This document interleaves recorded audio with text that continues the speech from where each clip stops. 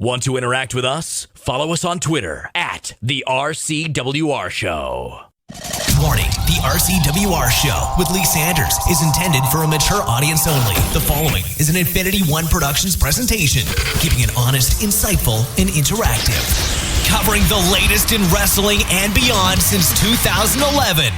You're listening to the RCWR Show. Now, your host, live from the nation's capital in Washington, D.C., as featured on Wrestling8.com and TNA Insider, Lee Sanders.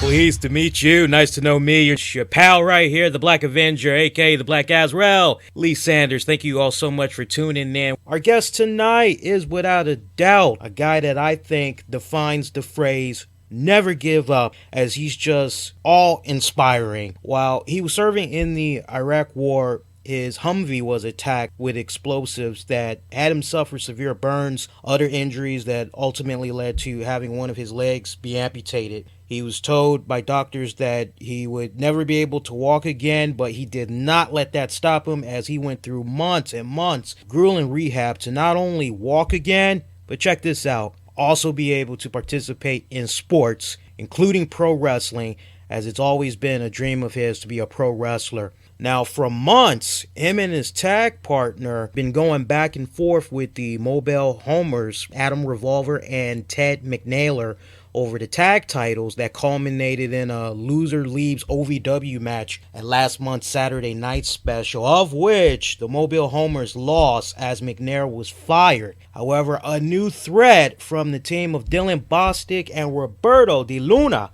at last week's SNS special saw Bostic and De Luna crown the new tag team champions, as my guest and his partner are now trying to get their rematch for those titles. You can catch our guests weekly on Ohio Valley Wrestling TV, Wednesdays on the Ion channel, Thursdays streaming online at ovwrestling.com and Blip TV. You can also check it out on weekends. Check out the OVW website for listings just by heading over to ovwrestling.com. We're very honored and humbled to welcome the one and only Michael B.S. Hayes. Michael, how you doing, buddy?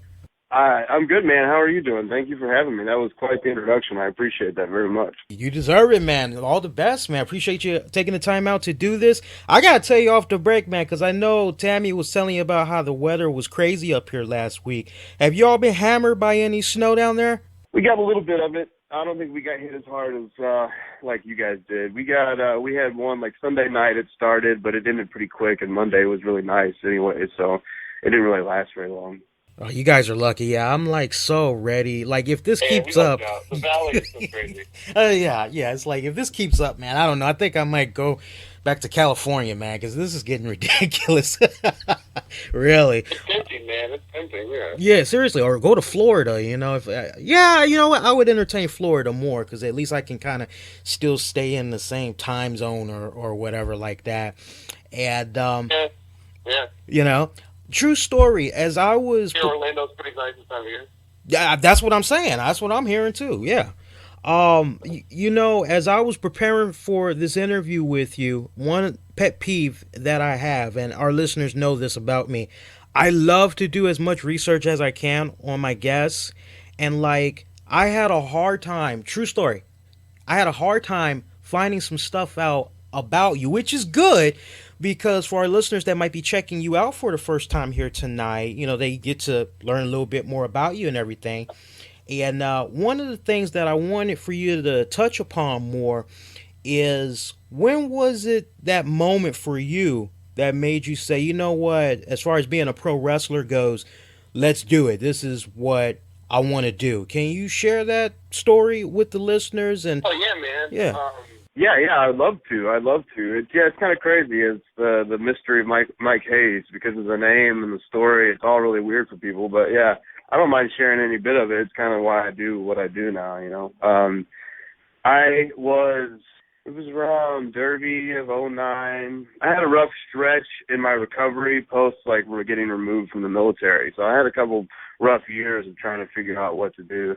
Well, it kind of hit pretty close to rock bottom around Derby time of '09, I think it was, and came around, kicked out. I ended up meeting through mutual friends some other guys from OVW, Ali Baez being one of them, Mike Mondo was one of them, Christopher Silvio, a couple other guys that just through a mutual friend of mine that had been working out with them. I think a couple other guys worked at a restaurant together. So, yeah, I met them at the gym, and we just kept bouncing ideas off each other, and I was a huge fan. I've always loved wrestling so much. So, being able to pick these guys' brains, and I knew how important OVW was to wrestling for such a long period of time. So, it was really fun to pick their brains, and the more I got to know them, and the itch started, and I always wanted to do it growing up, and I didn't realize how capable I was of still pulling that off. But those guys really got in my head and motivated me to. It was like that summer leading up to the end of '09 and '10 where I decided to just. I had nothing to lose. There was nothing bad could come of just trying it, and I swallowed my pride a little bit and accepted the fact that it was going to be hard, but I loved it, so it was awesome. And as soon as I stepped in the ring for the first time, I knew I'd made the right decision. I remember in the 80s, I was like always watching the WWF, World Class Championship Wrestling. I pretty much was like on it through the Attitude Era all the way up to now. How was it for you growing up? Were you kind of like checking out those same things, or was there one particular genre you was in? Dude, one of the first things I remember watching on television was USWA. That was big in the Louisville area because those dudes would come up. The Memphis-Louisville connection was really strong. So I remember growing up, that was like one of the first things I remember watching on television with my grandfather. And then from then on, it was pretty instant. I remember I've been watching wrestling my entire life. I watched everything. I watched as much as I could, all the way through the, Attitude Era and all that stuff, man. I loved it all. I love every bit of it. I don't remember really, except for being overseas and having just being it's like hard to watch and the timing of it all and trying to find it on the right station and stuff like that. And being deployed, I've watched wrestling pretty much my entire life. I watch it today. I watch Raw and SmackDown. I watch whatever. I'll watch whatever. I love wrestling. It's just awesome. I enjoy watching whatever kind of all the different flavors of it. Now, do you just restrict yourself to just key promotions, or do you really try to do your best to check out every single promotion you can get your eyes on? Well, I don't know all the promotions. I think there's tons of promotions I've probably never heard of, but I do know for a fact that there's just guys out there that no one really knows about that are busting their butt and putting on good shows for people and stuff like that. So, if I come across anything and it's just an awesome match, I'll watch it. And it's not really anything having to do with what promotion it's for, but if it's a good match, it's a good match. If it's entertaining, it's entertaining. That's all that matters to me. I'm watching it as a fan, trying to enjoy it. So the promotion really doesn't matter. I appreciate all the different, like I said, I appreciate all the different flavors. There's a lot of different styles going on right now just in the United States. So, there's a lot of guys putting on entertaining stuff and having a good time and drawing big crowds with all kinds of different styles. And it's just fun. I'll watch any of it, man. If it's entertaining, it's entertaining. Right on. I just saw this tweet come in, and I had to share it with you because I thought it was a little chuckle right here. This comes from one of our listeners here, a longtime listener too, by the name of Matt, at Matt Kostroff. This was like 4 minutes ago at the RCWR show, Michael B.S. Hayes. I remember watching Superstars on Sunday mornings back in the mid-'90s. He hosted them. Last I checked, you didn't host Superstars in the 90s, did you? Maybe I'm missing something. Yeah. Let me clear this up. And I appreciate that. And personally, I appreciate that you were watching the same show I was watching at the same time. I am not Doc Hendricks or Michael Hayes of the Fabulous Freebirds. I think it's great that we share the same name. It's my legal name. This is no working name. It's on my birth certificate and license. My parents were not wrestling fans. It's just how it happened. And funny how it happened, and I love it, and I get these questions a lot. I think I should probably clear it up on my Twitter and just change it to like OVW Mike Hayes or not the Freebird and just keep it at that. But I appreciate being considered I enjoy receiving these messages just because I think it's awesome to see how many people he's touched. That's kind of cool. But I'm not the Freebird. I can't strut as well. I'm not nearly as flamboyant. and I have one leg. So that's the real key separating factor right there. I don't think Michael Hayes or Doc Hendricks or whatever other alias you've gone by has ever been to Iraq or anything like that. So there's that. Sorry for the confusion. I apologize. Blame my mom. She picked the name. Hey, I think that's an awesome name. You know, it kind of reminds me of that commercial. There's a Hanes commercial. I don't know if you've seen it, but there's like this guy. It's a white guy named Michael Jordan, and like everybody thinks like, yeah, it's like Michael Jordan. I like the end though. It's like you had the limousine driver. He's like Michael Jordan, and he's like standing there, and he's like, that would be me, and he's kind of like, oh man. You know, Can't wait to meet the other Michael Hayes. That's what I'm saying. That should be one hell of an encounter. It's like, yeah, Michael Hayes, meet Michael Hayes, and it's kind of like, whoa, you know, that'd be crazy, man. You can get this clear the air. Right. You know, I really have been enjoying your work in OVW. I'm still a newcomer to it. I probably got like maybe about 2.5, 3 months under my belt. But for me, you're definitely one of a couple of highlights that I enjoy checking out each week when I do get a chance to watch OVW. I know OVW, it just has this whole much respected reputation when it comes to training. I know former WWE superstar Eugene, aka Nick Densmore, and a few others, they had a hand in training you in OVW. What was it like training with him? As I always have said about Eugene, that guy's work, he's just so freaking underrated. Man, Nick is awesome. Nick's the man. I think he really got into it. I think he accepted, what I appreciated was that he accepted the challenge of teaching a one-legged dude, and he just knows so much because he has been around for quite some time, and he's also been around some pretty brilliant minds, and Nick is not a dumb guy. He's one of the smartest dudes I know, and it was just fun, man, and I'm not going to say I wouldn't be where I am without him, but I mean, it'd be pretty hard to say otherwise because I can't imagine having that kind of knowledge to pull from immediately upon the and he was so nice to let me come around, and like even when I wasn't booked or anything, he'd bring me to some shows and house shows, or not house shows, but independent shows and stuff like that, just to get me out there and expose me to what it's like. And he spent so much time on it, and I can never say how much I appreciated that. That was it was an incredible learning experience, and I learned not just how there's a lot. I mean, you can learn moves, you can learn all this stuff, but when you get taught by a guy like Nick Densmore, you learn everything about the business. He will slowly but surely, even without direct lessons, if you just pay attention to him and talk to him and pick his brain and spend time with him, you'll learn so much about the business of professional wrestling, not just being trained, moves and whatnot. It's on so many levels when you get taught by Nick Densmore. But he's not the only one. There's been a lot of guys. I've been really, really lucky with my time here in OVW because I've been exposed to so many different brains. That's what's so great about coming to Ohio Valley Wrestling. Even now, it's just you never know who's going to walk in that door. You never know who is going to be writing the show and all this stuff. And you have all this opportunity to really, really get some knowledge and absorb some stuff. And it's been so fun. I spent a lot of time with Nick. I was in Nick's beginners class. Had my first match with Nick, actually, which was incredible.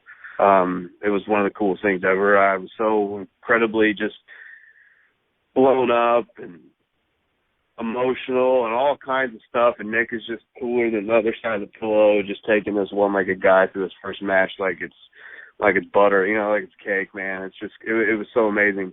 But yeah, I spent a lot of time with Rip Rogers too. That's who recently, over the last couple of years, who I've trained with the most, which has been, if you follow Rip on Twitter, I don't know the number thing, his little nomenclature thing on Twitter, but it's at Hustler something. Find him on there.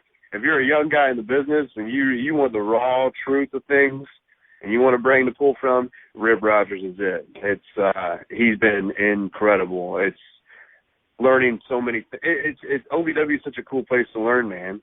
I got to learn from Jim Cornette. I learn from Danny Davis every time I'm in there, which is awesome. Al Snow. I spent so much time with Al, and you learn just totally different ways and approaches and styles of stuff, and it's if you really pay attention and absorb it all, you really start to form this really cool toolbox to hopefully put on good shows and draw good crowds. Talk a little bit more about what it's like working under Danny Davis, because I know over the past few weeks we had, I'm trying to think offhand, we had Jay Bradley, we had Jamie Olivencia, we had Timmy Danger. I mean, everybody's had nothing but good things to say about Danny Davis. Danny was, when I first came, the first time I approached OVW, it was through some kind of OVW ROH camp back when they had a relationship. And when I showed up, the commission gave me a hard time about my leg licensing and stuff. That was a little bit of a thing, but Danny was so cool about it that day I showed up, because I showed up ready to go. I didn't know what I was getting into, but I was ready to jump in. But my license didn't go through and some stuff like that. And Danny came out himself and was so nice and so respectful about the whole thing, and very honest with me about all the stuff. And ever since that day, it's incredible working for Danny Davis and learning the business underneath him. From him, it's just so cool. It's when you're in the Danny Davis OVW family, you're like a part of it for life. And every time you talk to him, you learn something. You learn something about yourself. You learn something about the business. He's just great. He's like the Wizard of Oz back there. And it's been really fun recently too. So because business has kind of picked up, and we're starting to get a little bit. He has more of his hands in the whole grand scheme of it all. So now getting that direct feedback from Danny Davis is pretty awesome. Yeah, I know he just recently did a shoot interview. Did you have a chance to check that out? Oh man, he shoots on me all the time. I don't need to watch an interview for it. If you spend time in OVW, you will hear quite the stories, and you hear some pretty crazy things come out of that guy. And I mean, and it's all for the good. He'll toughen you up. He'll make your skin thicker, that's for sure. He'll because he doesn't pull any punches, and he's got so many awesome stories all the time about something and about some situation that'll and it's always usually perfectly timed and something that you need to hear when you're trying to, because it's a training school, and he's like the headmaster, and it's he's just awesome to have around, because what you see in that shoot interview, he throws it out there. He doesn't pull any punches from you. He'll let you know what's up and what he needs from you, and what all that stuff. And it's pretty cool. I didn't check it out, man, because honestly, I hear all the crazy stuff every Wednesday and anytime I'm in that arena. There's no telling you never know what's going to come exploding out of that office. You said something that was very interesting on social media recently that I'd like for you to elaborate on, because I thought you brought up some very valid points, and I'm going to refresh your memory for a little bit. Direct quote right here. You said, "Go for it, man." All right. You said, "When did it become fun to pick every little thing apart about a wrestling show? Where did so many experts that I never heard of come from? It doesn't make sense. It's supposed to be fun. Do you all act like this when you go to the movies? I'm going to start writing about stuff I barely understand and then badmouth it and the person risking their health to provide me with entertainment. I'm going to let the world know why something sucks and then disrespect the person for disagreeing. This is the majority of what I see on this crazy internet thing. I just don't understand. I guess I'm the mark." I understood perfectly what you were saying about that, but for those that don't, elaborate a little more on how these thoughts you had came about. Well, man, it's a constant battle for anyone trying to better themselves, but I see so much negative. There's so much, and maybe, I could also maybe start working on my perspective of things, but when I get on and, I'm really starting to have to, edit what I see on my own social networking stuff, because it just visually, I see this stuff and it starts to wear on. And I just don't understand where all the unnecessary hate comes from. I just don't get that. I don't get that. I understand that not every day is going to be sunshines and puppies and all that stuff. I get that. Trust me, I've had my bad days too. Everybody has. And I'm not going to judge anyone for that. But to spend so much energy on sharing false or negative information about people you barely know or don't know, and a product that you're obviously still watching it. So, I mean, if something's that bad, you wouldn't be watching it. I just don't get it. I don't understand it. And what blows my mind about this whole internet thing is just that safety net, that barrier between people, and it provides this almost like this lawless behavior and no tact or respect. You can just, on social media, you can just say whatever you want. You can just, let it fly off the hook, and you can call anybody what you want and all this stuff. And if you come down on them for saying anything crazy, they spout freedom of speech because they don't even really understand. And it's just unnecessary. If you don't enjoy a product, don't watch it. If you don't enjoy anything, don't take part in doing it. If you don't like a food, don't eat it. If you don't like a TV show, don't watch it. If you don't like a wrestling show, don't watch it. Don't go. But purposely sending out negative energy towards people that you don't know, and those people could ignore it, and that's what I'm also gonna work on that too, just not let it affect me. I just wish more people would understand that there's no value in that behavior. There's no value in that mentality. I understand that not everybody's going to agree on stuff, and not everybody's going to see eye to eye, and everybody's perspective is different. That's what it is. It's perspective. I don't see the value in sending out so much negative energy towards people for no reason. And some of these guys are really working hard. Some of these people are really working hard for a show and all this stuff, and real things happen and all these things, and it's just okay to do and say whatever you want about these people, and it blows my mind at that, and I don't understand it. I just don't. That's where that came from. I was just reading so much and reading all this stuff, and there's just so many. Everybody knows so much, but then they don't do anything actually positive to change what they think is wrong. Right. And that really confuses me. If you have that much passion for something, you think it's wrong, engage in it and try to change it in a positive way. In a positive way, and you see all these crazy comments that are just that completely cross the threshold of cheering and booing for the bad guy or the good guy.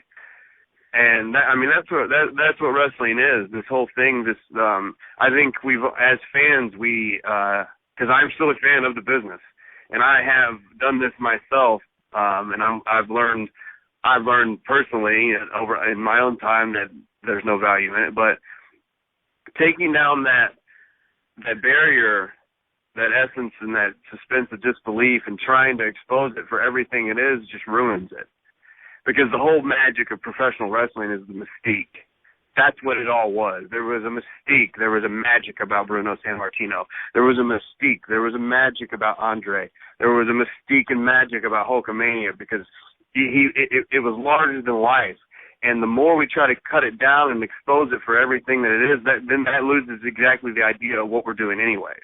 The whole purpose of it, and the reason the reason this whole thing with this business was started, you lose the point of it when you try to dissect it so much. And pro wrestling, personally to me, pro wrestling is a very, very positive source of energy. It can affect people in a very positive manner. People get emotional and attached to wrestlers, and they get so emotional and attached to stories, and they just want to see their favorite wrestlers come out on top. And then there's just that magical connection between two guys, whoever's in the ring and the crowd, and what's going on in that moment. And it's so good. Whether you're booing or cheering, if you're in the show and in the moment, that's the magic of it all. And to try to just tear that apart, limb for limb, you know what I mean? No pun intended, I don't want to, but it's just, I don't get it, because it's so fun. The wrestling, I know everything, and not everybody's going to like the same thing. I get that. That's fine. It's all still, for the people that enjoy it. When you're watching it to enjoy it. That's the point. You buy a ticket to enjoy it. You turn on the channel to enjoy it. Wrestling's an escape. It's magical.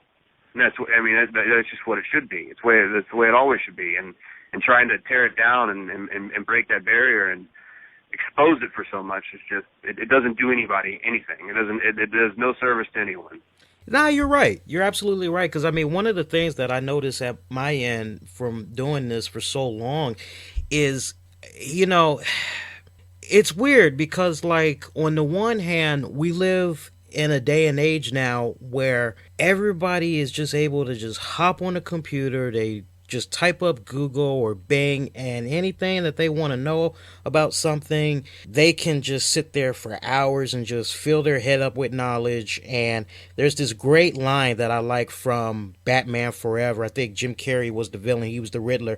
He said, "For if knowledge is power, then a god am I." And I think for the most part, so many people, they're sitting there in front of the computers, they're filling their head with all this knowledge. They think like they feel like they're an expert at something. And so you take that, you know what I'm saying? You take that and you combine it with the fact that now anybody and their mother, 5-year-old little Timmy can now get up on a computer in front of a webcam. He can get himself a mic and he can talk about wrestling, and all of a sudden he's an expert, because anybody can do this now. But I think it's really about those that truly have that great appreciation for the business, to the point that if they notice something that isn't quite right, maybe during a particular match, like, maybe a wrestler kind of looked like they were a little bit off, or the match didn't really go off to a good start, or maybe it's a promo exchange between two people and it's kind of like, well, the booking wasn't quite smart right there. If maybe they would have went in this direction instead, maybe that would have been a little bit better. Well, maybe they're actually going to go that way. We'll see what happens next week. It's okay if you offer constructive criticism, but I think you kind of got to draw the line when it gets to that point where, okay, dude, you've just been sitting up. And I've actually seen my own colleagues do this. I'm not going to name names, but I've actually seen some of my colleagues, they'll, like, good example, they'll crap on TNA for like almost an hour. And it's like, okay, well, dude, you were watching it for like 2 hours. If it was that bad, then why the hell did you even waste that much time checking it out after you saw it wasn't going in the direction that you wanted it to go? Why didn't you just tune out, after 5, 10, 15 minutes? Obviously, there was something there that had you keep going. Maybe you're just in denial, And honestly, there's a powerful thing called the block button. It's like when you don't want to see and hear somebody's little silliness, block them out. But I think it's kind of weird myself, Michael. I mean, half the time when we put out, like, whether it's a WWE review piece or a TNA piece, I can't tell you how many comments I'll get, and I gotta, like, filter through them. And it's like, well, WWE sucks. It's like, well, TNA sucks. And it's kind of like, well, if all this sucks, why are you checking it out? Everybody's got, you got to write your own opinion. Maybe I'm being sensitive to it all, whatever. Maybe I should toughen up. But I hope my main mission in all this stuff is, in professional wrestling and performing and whatever else comes of that, is I've learned over the last year specifically the power of positivity, the power of raising your vibration, raising your energy, and sharing that energy with people. And I really want to get, I'll take as many formats as I can. Anybody I'm not going to make anyone listen to it. Anybody wants to watch what I do, that's great. But I want to show people that there are tons of people out there that have had similar and worse situations than that's happened to me with the explosion and whatnot, and that are in a worse spot, and they're really trying to fight through, whether it's the person themselves in it or the family member that's watching them go through it, or, there's a lot of things that I can relate to. And I want people like me that have that doubt and are wondering what's next and how to really get through this stuff. I want them to see the power of positivity and how impenetrable and how undefeatable it is. It's so, and that's why I connect and I love pro wrestling so much, because you can reach so many people in such a short amount of time, and in one match you can connect with 93,000 people. That's amazing. That's beautiful. That is incredible. It's like just like musicians and all those, any performer and stuff, you have that power to connect and show people what they are capable of. that's what I want to show in wrestling. It's not great that I'm a one-legged wrestler. That just is who I am. That's how it goes. I want people to know that it's just okay to be who you are and do what you do as best as you can do it, and do it and share as much love and positivity through that as possible. And I think that's that kind of, when I see people do the opposite, I feel bad. I want to do something, but it's hard. You don't want to sound preachy. You don't want to just come at people and be aggressive and stuff like that. So recently I've decided, I had that message, and I thought about that for a long time when I posted that. And I'm just going to do it through, hopefully I can portray this and show this idea through my actions and through my performance and through what everybody else sees and hears from me from here on out. Because I think that's the best way to do it. And that it's really exciting. I'm really excited for the future because of that. I think I'm really dialed in, and a lot of opportunities coming up, and I hope to share all that with people. All right. Yeah, I feel you on that. Let's switch it up a little bit. Something that we haven't done in a long time. We have this segment that we do called Lay It Down, where we ask some of our guests to just tell us a little bit about themselves that maybe their fans don't know. Nothing too extreme. And we pitch some questions to you. You want to take a crack at it? Oh, yeah, for sure, man. That sounds awesome. All right. Let's do Lay It Down then, okay? What type of music are you into? Ooh, man. One of my favorite bands, like go-to bands right now, because my spectrum is huge, but I love Every Time I Die, which is just an awesome, just gnarly metal band out of Buffalo, New York. I'm sure there's some listeners out there that have heard of them. I like the City in Color, too. I don't know if it's The City in Color or just City in Color, whatever it is. Just a great group of musicians led by a great talented lead singer, and they write these just beautiful songs. And but anything gets me going, I'm down. You'll hear dubstep, you'll hear Zen binaural beats on my I cover everything on my iTunes or whatever I'm listening off of. But those are my two go-tos right now. Actually, and I listened to I've been picking up on Avenged Sevenfold recently. I listened to the M Shadow's interview on the Jericho podcast, and he seemed like a really squared away dude. And I remember listening to him when I was in Iraq a little bit. People turned me on to him, so I've been picking that up in the gym lately. Favorite pastime? Whew. Oh, okay. Well, I mean, if you want to, my thing to do where I'm at most, where I'm peaceful, is when I'm just hanging out with. I have a beautiful girlfriend. I have 3 gorgeous, awesome dogs, and I love just hanging out with them and watching either The Hobbit or the Lord of the Rings trilogy or the Star Wars series or the Harry Potter series. Any of those moments, watching any of those movies, just hanging out, relaxing, probably eating something really bad for me. That's my favorite pastime. If you could be any other wrestler for one day, who would it be? That's a tough one, man. From any time, any era, anything. Past, present, future, anything, man. I guess I would really like to be, my favorite wrestler growing up was Shawn Michaels.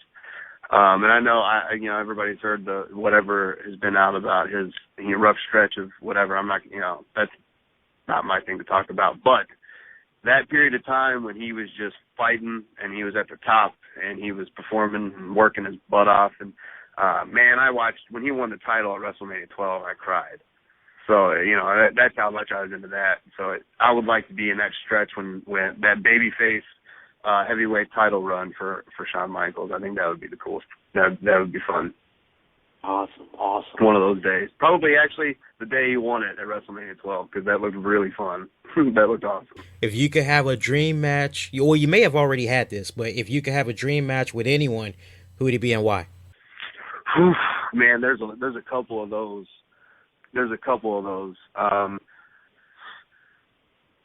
Actually, I would like to work. I would like to have a match, or I would have loved to have had a match with Rip Rogers.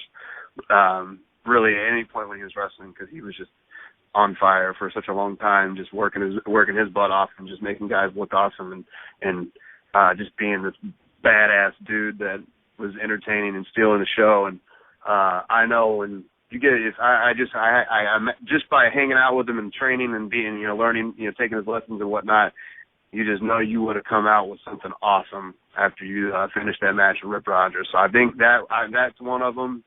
And of course, Hogan would be a great match. I want to wrestle the guys that have done that were on top. Those are my dream matches. I would like to work Bruno. I would like to work Hogan. I would like to work Austin and Rock. All those guys. I think those are dream matches. Those are the ones those are incredible. Those are the guys that would, really bring something special out of you. Speaking of matches, what was the greatest match you ever saw? I've ever saw? Yeah. Whew. Oh, man. Well, I'll tell you the best match. I've watched some pretty sweet matches in class with Rip. I'm a big fan of Buddy Rogers and Pat O'Connor. I believe it was the 2 out of 3 falls. Watching those guys do what they did back to this, it was beautiful. Everything, the subtlety of it all, the pageantry of it, just every little intricacy of the match. And a lot of those matches back then were like that. But that's probably one of the coolest things I've ever seen. And I hadn't been exposed to it really. I knew who the guys were, but I'd never really been exposed to it until I really started spending time with Rip and being in class and watching that match with a guy like him, or watching those matches from that time with a guy like him, and getting that understanding of it is because that's what he was a fan of. So that's kind of cool too. But yeah, that's probably the coolest match I've ever seen. I'm testing my memory here, but didn't they feud over the WWF Championship or the title before it was called WWF? I think so. Yeah, I think so. It was around that time, because I know at one point Buddy Rogers was the WWF man. He was the man. He was like he was like the first the man. He was that guy. There was a lot of great performers and athletes, legit athletes in the business at that time, real tough dudes, but man, he was the man. He was awesome. Now, see, with the launch of the WWE Network, it's like, if there's ever time to check out some matches like that, it'd be right about now. Oh, yeah. Seriously, man, seriously. It's like watching anything from anybody that drew huge crowds, or you know what I mean? Mm-hmm. Anybody that was really hot, anybody that really just had raw, real emotional performances and things, and there's a bunch of them. There's not just one or two. There's a bunch of matches like that out there, and those are the matches that I really enjoy watching. So let the folks know what other appearances you got coming up and how they can stay connected with you and all things OVW. I am on Facebook. It's just Michael Hayes. I'm not sure how. You'll probably find a bunch of them on there. On Twitter, I think I'm going to change this. On Twitter, it's Michael BS Hayes. I don't normally go by Michael BS Hayes, but on Twitter, I'm at Michael BS Hayes. Next appearance, I'm at OVW regularly, and I will be for until something happens or an opportunity comes up that prevents me from performing at OVW. I'll be at OVW for as long as I can, and just because I love it there. I love the crowd. I love the family of it all. And honestly, I owe a lot of my sanity and definitely my wrestling career to OVW. So you can always check me out on there as long as I'm there. That's when we have our shows air every Saturday and Wednesday on, if you're in the area, in the Kentucky area, on WBNA or the ION Network, and at ovwrestling.com, the website that you plugged earlier. The episodes, I usually recommend people to go if you want to check out OV Wrestling TV and you want to watch, and catch up.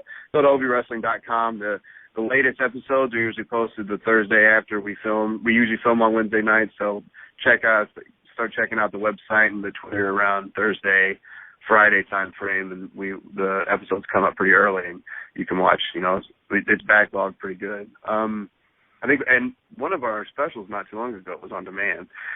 So, and I'll be down in Knoxville this weekend. Anybody down in the Knoxville area, I'll be at the Next Level Wrestling Show.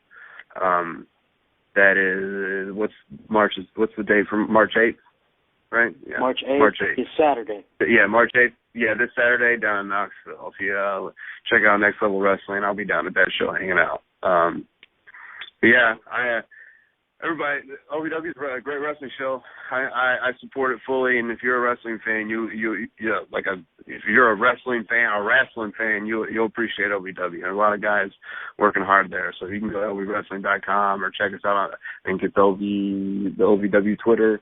Probably I think LV Wrestling too.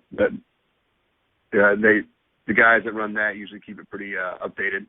So yeah, check us out. We've been a lot of guys busting their butts down here, and it's been really fun. So. All right. Well, definitely. Yeah, they definitely have been busting their butts. I can't stress it enough, folks. If you haven't been checking out the OVW product yet, now's the time to start. It's never too late. Still the beginning of a new year, new beginning. Go out there, check out the promotion, get some new perspective of wrestling, because what they're doing over there each week is some good stuff. Michael, I wish you nothing but continued success, man. I've been enjoying watching you so far.